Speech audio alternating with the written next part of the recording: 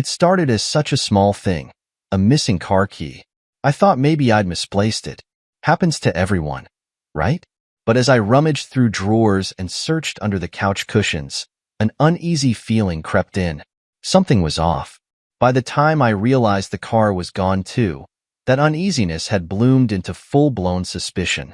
I asked Emily about it that evening, trying to keep my voice casual. "Hey, have you seen the car key?"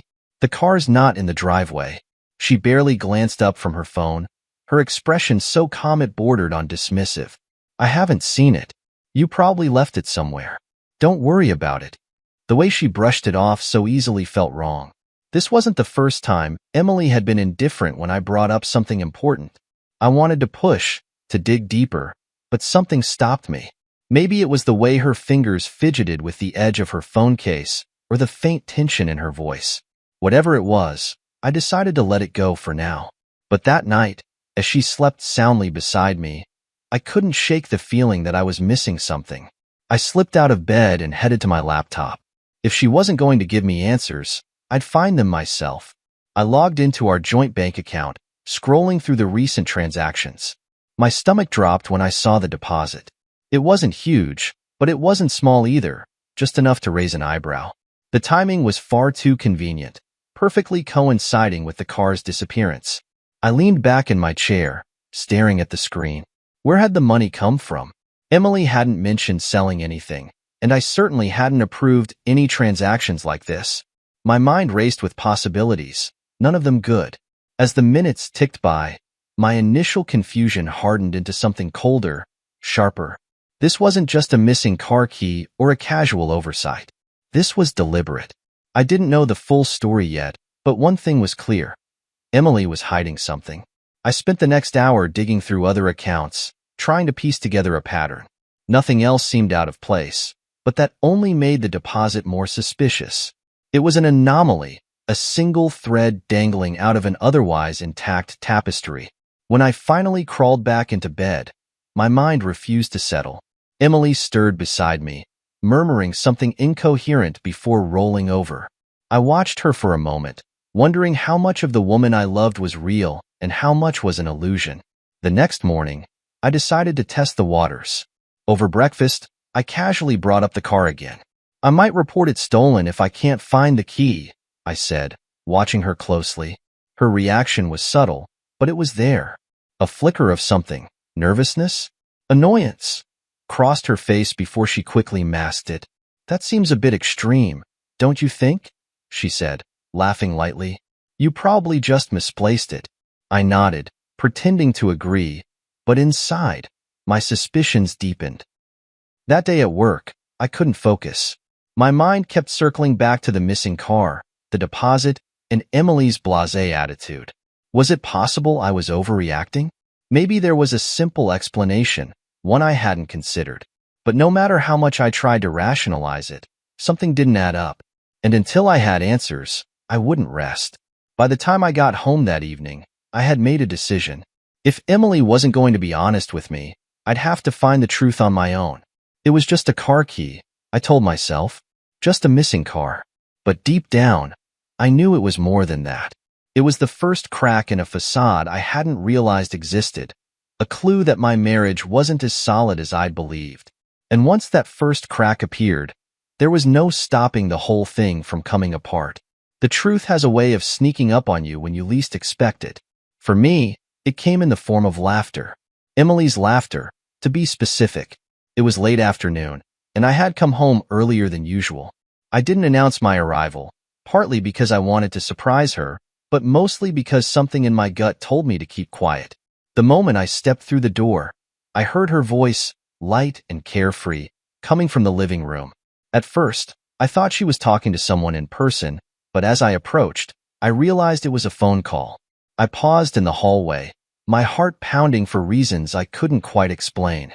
Her laughter echoed again, a sound I would have once found endearing, but now it set my nerves on edge.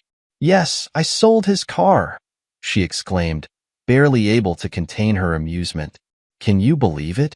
The money covered Daniel's dream trip to Greece." I froze. Daniel.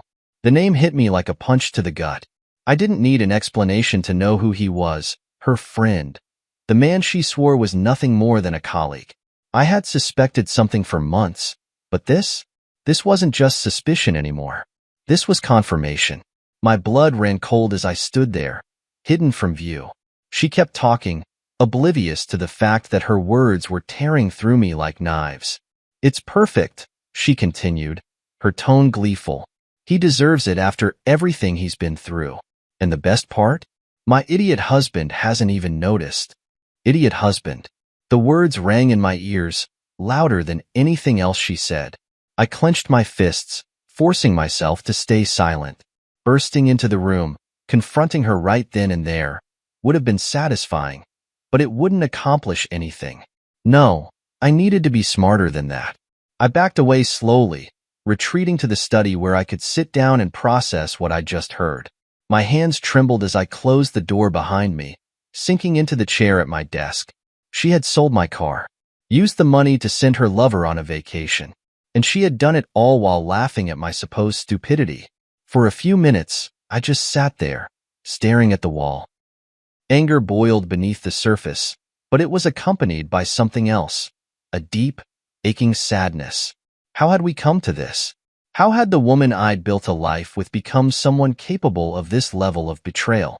But wallowing in sadness wouldn't fix anything. If she thought I was an idiot, I would let her keep thinking that for now. She had underestimated me, and I planned to use that to my advantage. I opened my laptop and began taking notes, documenting everything I could remember from the conversation I had overheard. Selling the car, the deposit in our joint account, Daniel's trip to Greece. I wrote it all down. Evidence, I told myself. You're going to need evidence. The next step was finding out exactly how deep this betrayal went. How long had it been going on? What else had she lied about? And most importantly, what was she planning next? That evening, I returned to the living room as if nothing had happened. Emily was scrolling through her phone, a satisfied smile on her face. "How was your day?" I asked casually, sitting down on the couch beside her. "Busy," she replied, not bothering to look up. "Yours?" "Same," I said, forcing a smile. If she noticed the tension in my voice, she didn't say anything. She had no reason to suspect that I knew the truth, and I intended to keep it that way. Over the next few days, I watched her closely, paying attention to every detail. Her phone calls, her messages, the way she seemed distracted whenever we spoke. It all painted a picture of someone who had checked out of our marriage long ago. But she wasn't the only one playing a game. I had started planning too, and unlike her, I wasn't going to leave anything to chance. This wasn't just about the car or the money anymore. It was about the principle, the betrayal, the audacity to think she could get away with it. If she thought I was going to roll over and let her destroy everything we had built, she was sorely mistaken. That evening, I sat at the dinner table across from Emily, smiling faintly as she prattled on about her day. She didn't suspect a thing. I nodded in all the right places, let out a few chuckles when she cracked her usual shallow jokes, but my mind was elsewhere. Her betrayal burned in my chest like a live wire, but I wouldn't give her the satisfaction of seeing me unravel. While she planned her next move, I began planning mine.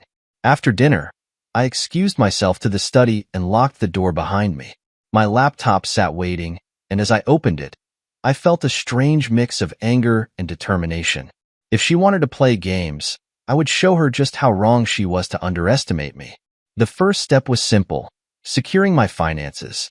I spent hours on the phone with my bank, speaking in hushed tones to avoid her overhearing. By the time I hung up, every account we shared had been frozen, and my personal savings had been transferred to an offshore account under a business alias I had created years ago for an unrelated project. The irony wasn't lost on me. It was as though I'd unknowingly prepared for this betrayal long before it ever happened. But I didn't stop there. I contacted a trusted financial advisor and laid out the situation in careful, measured terms. He didn't ask too many questions, but I could hear the concern in his voice as he walked me through the steps to protect my assets. Investments, retirement funds, even a few stocks I had forgotten about. They were all moved out of her reach. By the time I finished, I had effectively erased any trace of shared wealth. The next step was more personal. I contacted a lawyer, a man I'd met at a charity event years ago who specialized in cases like mine. Over the phone, I outlined everything I had discovered. The missing car, the deposit, her blatant confession about financing her lover's trip. He listened patiently, occasionally interjecting with questions, and by the end of the call, I had a clear plan of action. "You're doing the right thing," he said, "but you need to stay calm. Don't confront her yet. The element of surprise is your greatest weapon." His advice echoed in my mind as I returned to the living room where Emily was scrolling through her phone, oblivious to the storm brewing around her. I sat down beside her, feigning casual indifference. "What are you looking at?" I asked, glancing at her screen. "Just some travel ideas," she replied, not even bothering to hide the smile on her face. "I've been thinking about taking a trip." I forced a smile. "That sounds nice. Where to?" "Oh, I'm not sure yet," she said, her tone dismissive. "Just exploring options." I knew exactly what she was planning. No doubt she was already dreaming up her next lavish getaway with Daniel, using the funds she thought she had stolen from me. But let her dream. Let her believe she was winning. Over the next few weeks, I played the part of the clueless husband to perfection. I made her breakfast in the mornings, kissed her goodbye before work, and even surprised her with flowers one evening, just to throw her off my scent. Meanwhile, I documented everything. Every transaction, every suspicious phone call, every smug comment she made when she thought I wasn't listening. The evidence was piling up, and I knew it was only a matter of time before her carefully constructed house of lies came crashing down.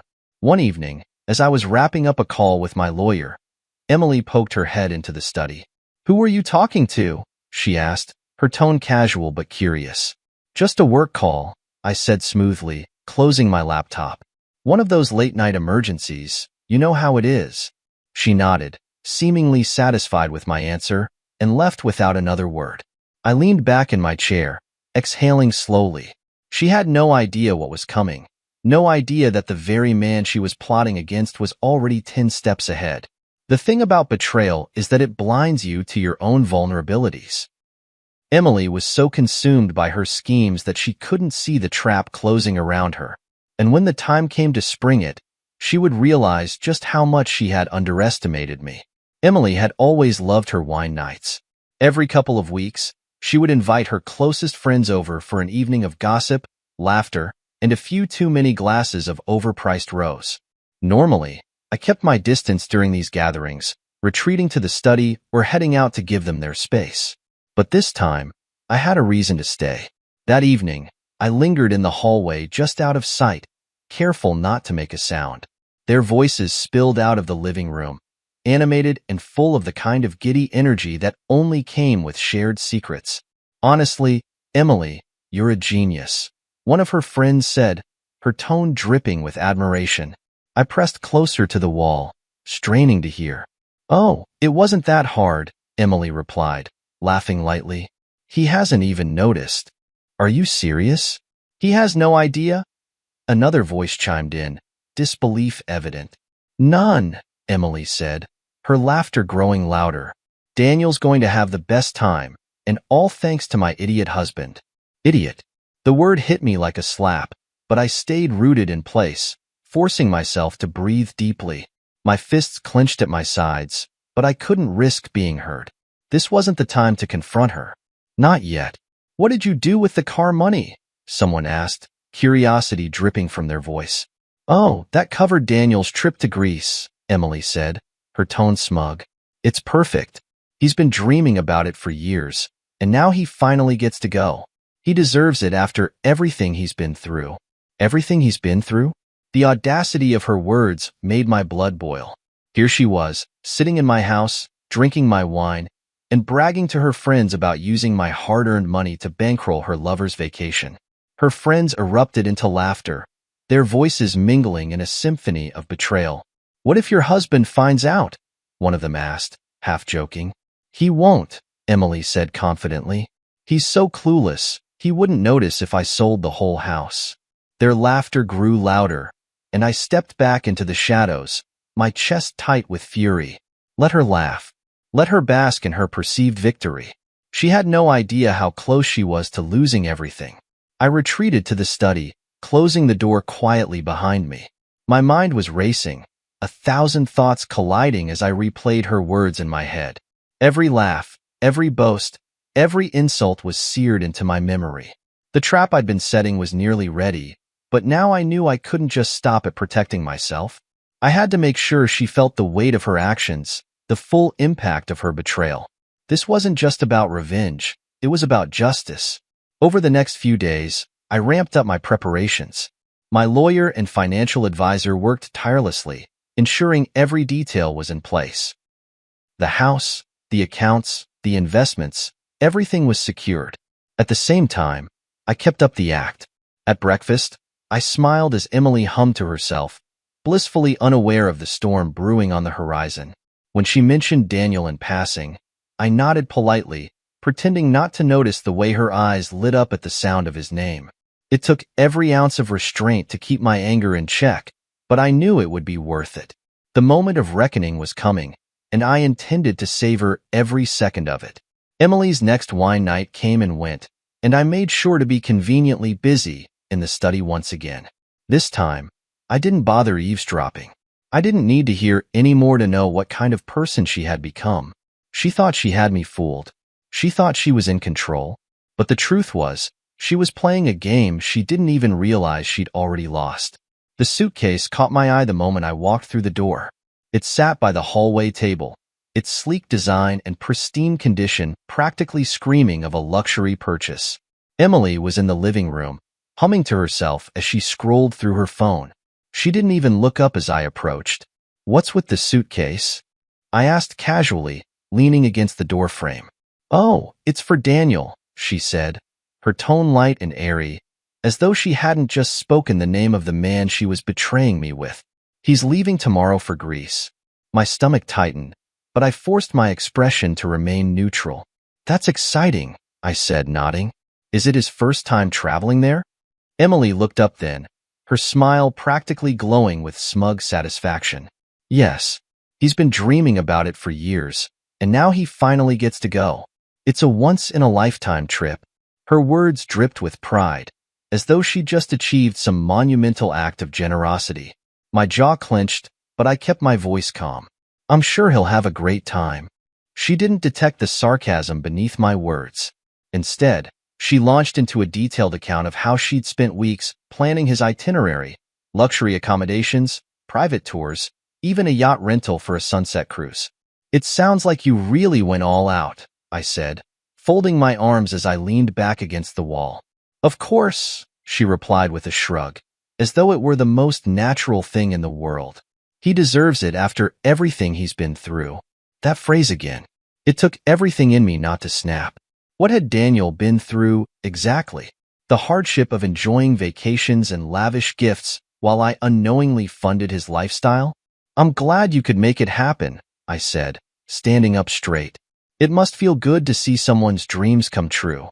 She looked at me then, her gaze searching my face for any hint of sarcasm or suspicion. But I had perfected the mask of the oblivious husband. After a moment, she simply nodded, her smile returning. "It does," she said. I left her in the living room, making my way to the study where I could finally exhale. My hands were trembling as I sat down at my desk, the rage bubbling beneath the surface, threatening to spill over. This wasn't just a betrayal, it was a mockery. She had taken something I had worked for, something I had earned, and handed it to another man without a second thought. And the worst part? She wasn't even trying to hide it anymore. But that was fine. Let her pack the suitcase. Let her send him off with a smile. She thought she was in control, that she was winning. But the truth was, her days of manipulation were numbered. Over the next few days, I doubled down on my preparations. My accounts were already locked down, my assets secured, and the house legally tied up in ways she wouldn't even begin to understand. But now, I started gathering evidence, text messages, emails, receipts. Every breadcrumb she had left behind became part of a trail I could use when the time came to confront her. The day of Daniel's departure arrived, and I watched from the study window as Emily loaded the suitcase into the trunk of her car. She was practically glowing, her excitement palpable as she prepared to drive him to the airport. For a moment, I wondered if she would even bother coming back. Maybe she would leave with him, running off to Greece or some other idyllic destination to start their new life. But deep down, I knew she wouldn't. She was too comfortable, too dependent on the safety net she thought I still provided. That evening, she returned home, her mood jubilant as she recounted every detail of Daniel's departure. She didn't even notice my silence as I nodded along, pretending to listen. "Can you believe it?" she said, laughing. "He was so grateful, he almost cried. It's like I made his dreams come true." I forced a smile. "That's great," I said. But in my mind, I was already picturing the moment her dreams would come crashing down. She thought she had one. She thought she had outsmarted me. But the game was far from over. The breaking point came faster than I expected. I didn't have to lift a finger. Poetic justice had its own way of leveling the playing field. It was a week after Daniel's grand departure to Greece, and the house had been quieter than usual. Emily floated through her days with an air of self-satisfaction, still riding high on the euphoria of her success. She hummed to herself, occasionally checking her phone with a small, smug smile. She had no idea the rug was about to be pulled out from under her. One evening, I was in the kitchen preparing a late dinner when I heard the front door slam. Emily stormed in, her heels clicking furiously against the floor as she marched into the living room. Her face was flushed, her hands clenched into fists at her sides. I leaned casually against the counter, pretending not to notice her theatrics. "Rough day?" I asked, keeping my tone light. She whipped around to face me, her eyes blazing. "You wouldn't believe the nerve of some people," she snapped. "Oh, do tell." She hesitated for a moment, as if debating whether to confide in me. Then, the words spilled out in a rush. "It's Daniel. He's breaking things off." I couldn't stop the faint smile that tugged at the corners of my lips, but I quickly masked it with a look of mock concern. "Really? What happened?" "He says he needs space," she spat, her voice dripping with bitterness. "That he's reassessing his priorities, or some nonsense like that. Can you believe it? After everything I've done for him?" I nodded sympathetically, suppressing the urge to laugh. "That's terrible," I said. "I thought things were going well between you two." "So did I," she cried, throwing her hands up in exasperation. "But apparently, a dream trip to Greece isn't enough for him. He says he needs to find himself, or whatever. I should have known better."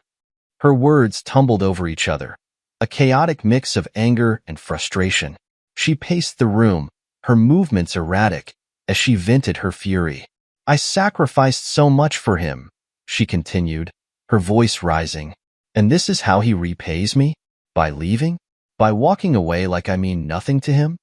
I watched her unravel with a quiet sense of satisfaction. She had spent months deceiving me, funneling my money into her lover's pocket, and now, the man she had betrayed me for was leaving her with nothing. "How do you feel about all this?" I asked, feigning concern.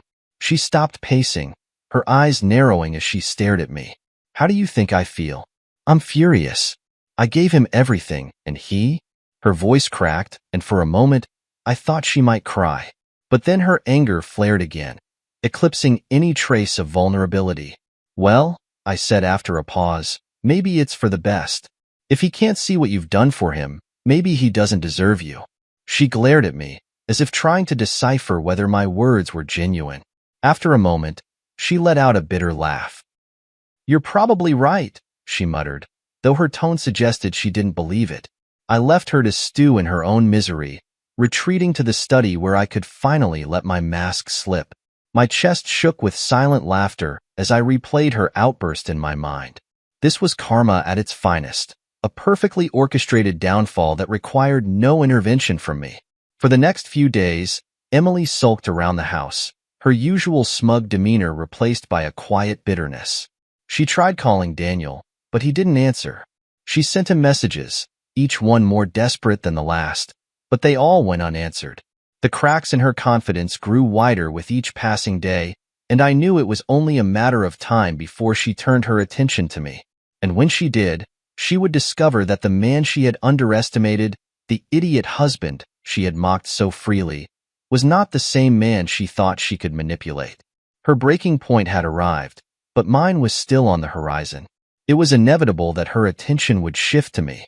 After Daniel ghosted her, leaving her to stew in her own self-made misery, Emily started noticing things. Things she had overlooked while basking in her betrayal. The first sign came one evening when I caught her sitting at the dining table, staring at her phone with a deep crease in her brow. "Something wrong?" I asked casually as I passed by with a glass of water. She hesitated, glancing up at me briefly before shaking her head. "No, it's nothing." But it wasn't nothing. I could tell. Over the next few days, I watched as her unease grew. She spent more time on her laptop, her fingers flying across the keyboard in frantic bursts. She made phone calls when she thought I wasn't paying attention, her voice low and strained. Finally, one evening, she confronted me. I was in the living room, flipping through a book, when she stormed in, her phone clutched tightly in her hand. Her face was pale, her eyes wide with barely contained panic. "Where's the money?" she demanded, her voice trembling. I looked up at her, raising an eyebrow. "What money?" "The money in our joint account," she snapped, her voice growing louder. "It's gone." I closed the book calmly, setting it on the coffee table before meeting her gaze. "Oh, that," I said nonchalantly. "I moved it." Her jaw dropped. "You what?" "I moved it," I repeated, my tone steady. "It's no longer in the joint account." Her hands shook as she stared at me, her mouth opening and closing like a fish gasping for air. "Why would you do that?" she finally managed to ask. I leaned back in my chair, crossing my arms. "Because I knew you'd try to access it eventually, and I wasn't about to let you drain it like you did with the car money." Her face turned bright red, and for a moment, she looked like she might explode. "That money was ours," she shouted. "No," I said, my voice cold. "It was mine. I earned it. And after what you've done, you have no right to touch it." She sputtered, her anger momentarily robbing her of words. You can't do this. I'm your wife." "Funny," I said, my tone dripping with sarcasm. "I don't recall wife being synonymous with thief." Her face crumpled, a mixture of rage and desperation swirling in her expression. "You're overreacting," she said, her voice cracking. "It wasn't that big of a deal." "Not that big of a deal?" I repeated, my voice rising. "You sold my car, Emily. You used the money to fund your boyfriend's dream vacation. You lied to me, betrayed me, and now you have the audacity to stand here and act like it's nothing?" Her eyes filled with tears, but I felt no sympathy. "Not this time." "What am I supposed to do now?" she asked, her voice barely above a whisper. I stood, towering over her as I delivered the final blow. "Figure it out," I said coldly. "You seemed so keen on financing other people's dreams, so I decided to take care of my own future. You're on your own now, Emily." She stared at me, stunned into silence, as the weight of my words sank in. For the first time, I saw genuine fear in her eyes, the realization that she had pushed too far, burned too many bridges. Without another word, I walked past her, leaving her to stand alone in the living room. That night, I slept soundly for the first time in months. The storm rolled in during the late afternoon, clouds darkening the sky and wind howling through the trees. I hadn't planned for it to happen this way, but there was a poetic justice to the timing. That morning, I had called a locksmith to change all the locks on the house. Emily was out, likely trying to salvage what was left of her crumbling affair or sweet-talking her way into a loan from one of her equally shallow friends. Either way, I didn't care. When she returned, she would find the door firmly shut. The locksmith finished just as the first drops of rain began to fall.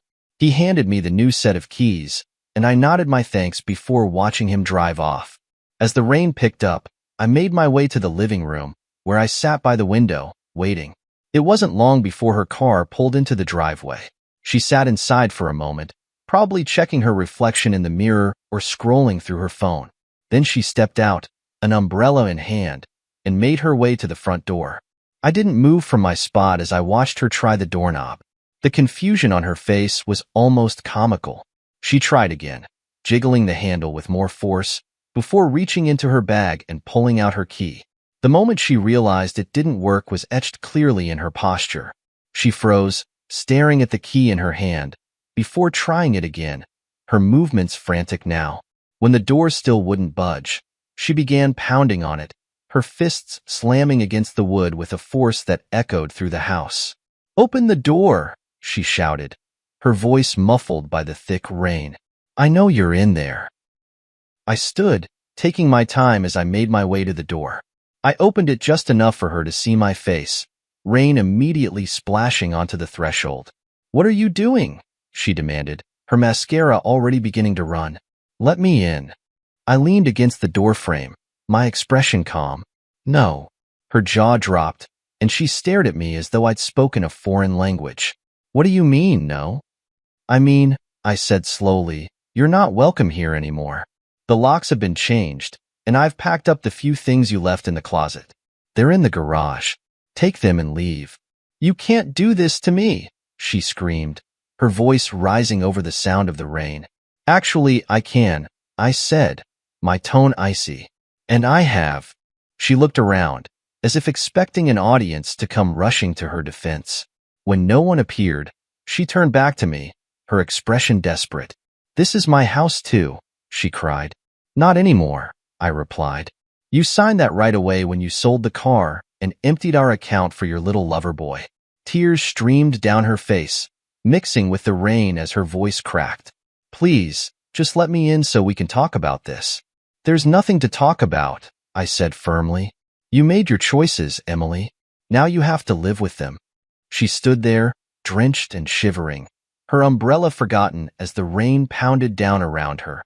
For a brief moment, I felt a pang of pity, but it quickly faded. This was the bed she had made, and now she had to lie in it. After a long silence, she let out a bitter laugh, shaking her head. "You're going to regret this," she said, her voice filled with venom. I met her gaze, unflinching. "No, Emily. The only regret I have is trusting you in the first place." With that, I closed the door, cutting off her protests. I stood there for a moment, listening to the rain and the sound of her footsteps retreating down the driveway. When I looked out the window a few minutes later, I saw her walking down the street, her figure hunched against the storm, clutching a bag of her belongings. It was a moment I would never forget, not because of the satisfaction it brought, but because of what it represented. It wasn't just the end of our marriage. It was the end of her control, her lies, and her betrayals. I had one. The days following Emily's departure were eerily quiet. The house, once filled with her presence, her voice, her laughter, her manipulations, felt almost foreign without her. But I wasn't complaining. For the first time in months, maybe even years, I could breathe freely. Word of her downfall spread faster than I anticipated. It started with whispers among her friends, the same ones who had laughed at my expense during her wine nights. By now, they knew the truth. Her perfect life, her brilliant schemes, and her relationship with Daniel had all come crashing down. From what I heard, Daniel hadn't just left her high and dry. He had moved on with someone else, a younger, wealthier woman who didn't require funding for his vacations. Emily, on the other hand, was left with nothing but the bitter taste of her own arrogance. The fallout from her actions was brutal. Mutual acquaintances began to distance themselves from her, unwilling to be associated with the drama and disgrace.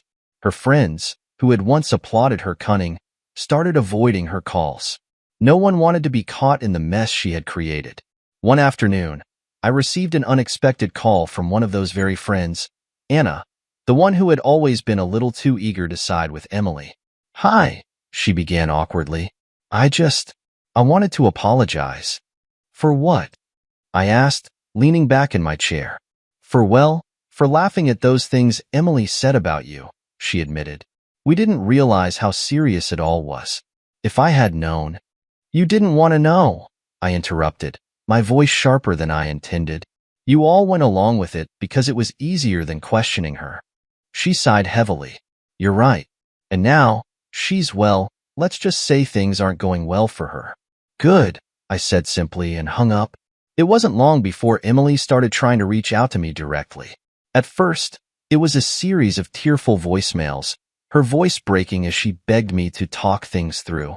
She swore she was sorry, that she hadn't meant to hurt me, that she wanted to fix things. When I didn't respond, the apologies turned to anger.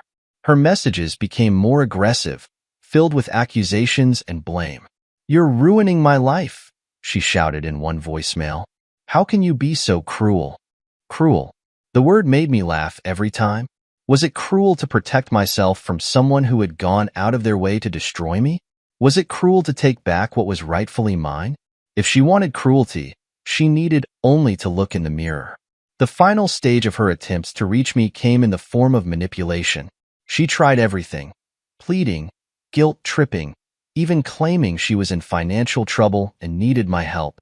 Each message went unanswered. I knew exactly what she was trying to do, and I refused to fall for it. The last I heard, she had been evicted from the shabby apartment she had rented after I kicked her out. Without steady income or anyone left to support her, she was running out of options.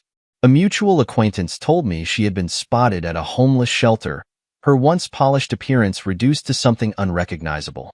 Did I feel sorry for her?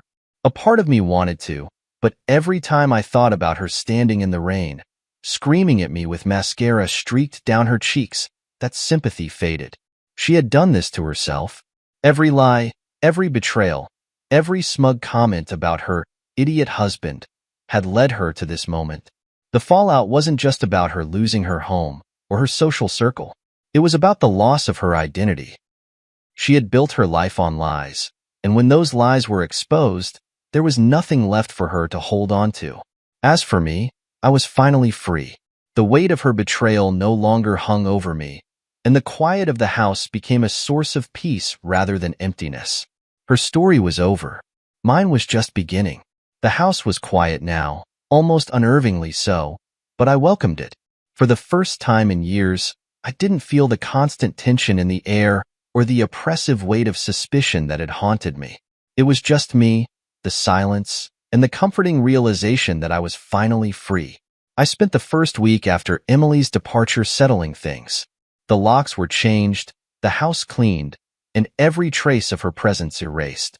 The gaudy decorations she insisted on? Gone. The photos of us together? Tucked away in a box I had no intention of opening again. The wine glasses her friends had used during their nights of mockery? Smashed and thrown in the trash with an odd sense of satisfaction. Once the house was truly mine again, I started making plans for my future. I reached out to my lawyer to finalize the divorce, ensuring there were no loose ends. She had nothing left to claim.